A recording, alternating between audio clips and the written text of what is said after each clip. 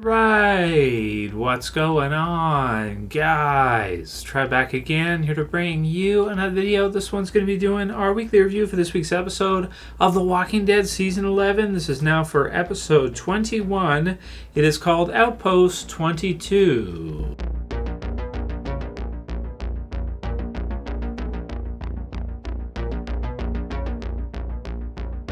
Alright dudes, another week, another episode of Walking Dead. So, spoiler warning for this one if you guys have not seen Outpost 22 yet. That leaves us with only 3 episodes remaining for the wrap-up for the ending of The Walking Dead. Oh man, that's not much left, guys. They're getting pretty close to the end here.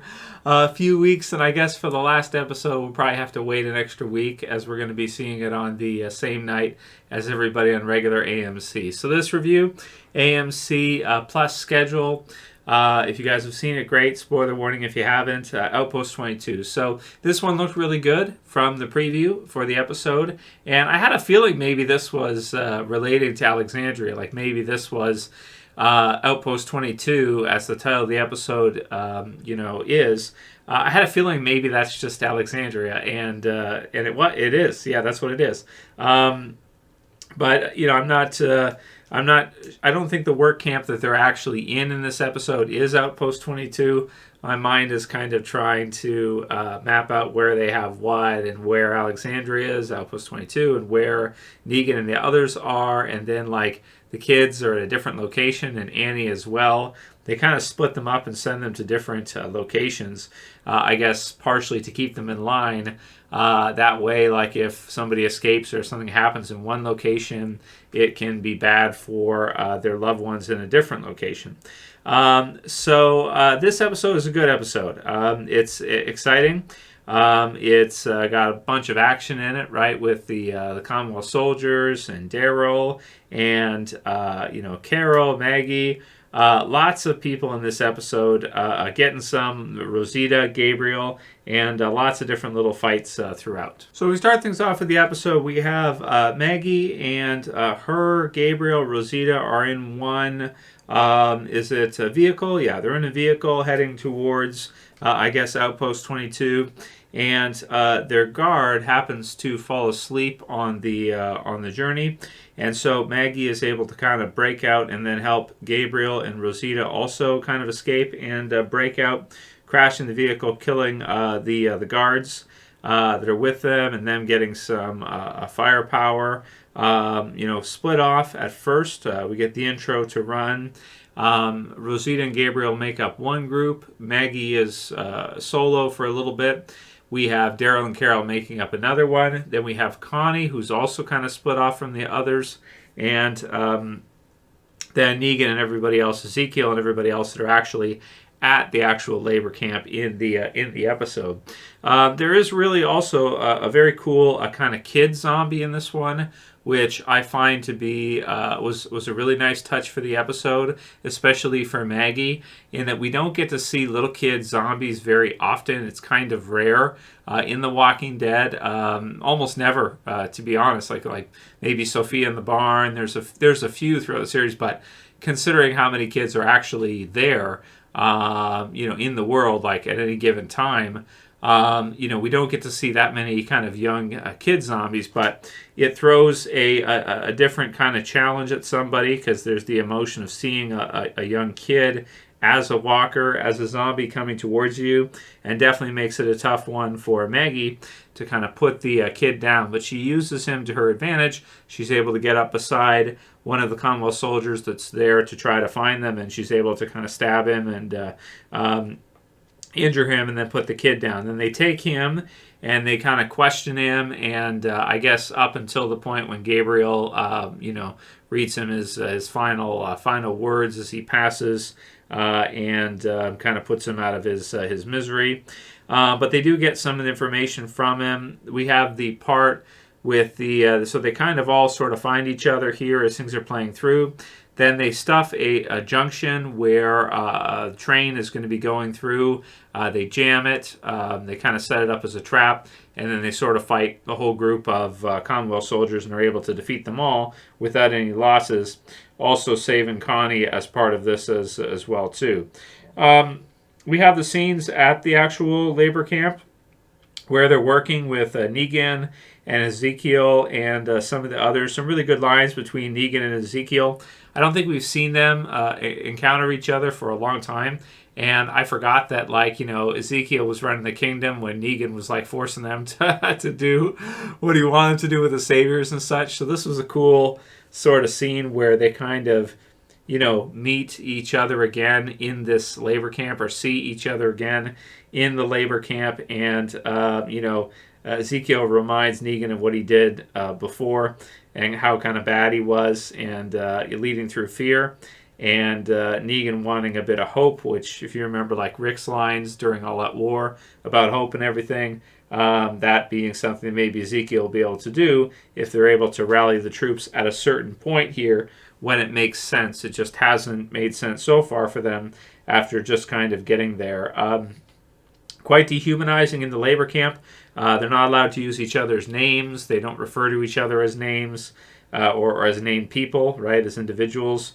So it's a bit sad, a bit gray. As you're watching the episode through, you just get the sense like it's like this gray work camp, miserable type of thing.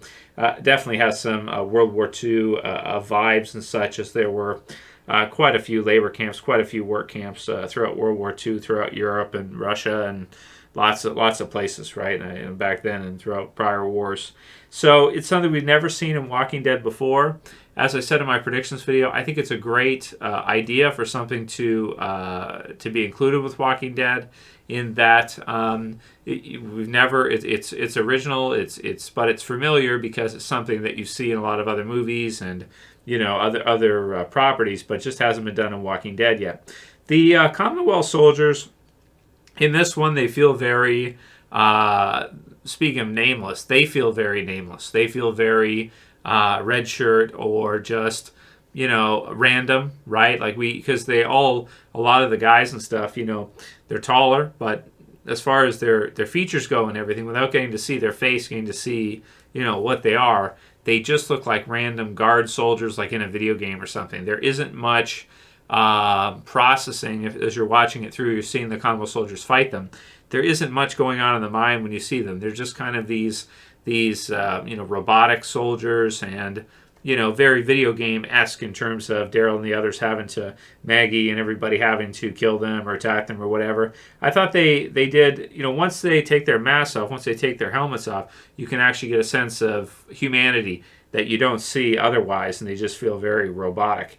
And who cares? Like if they get killed or whatever, who cares? They're almost like zombies at this point, right?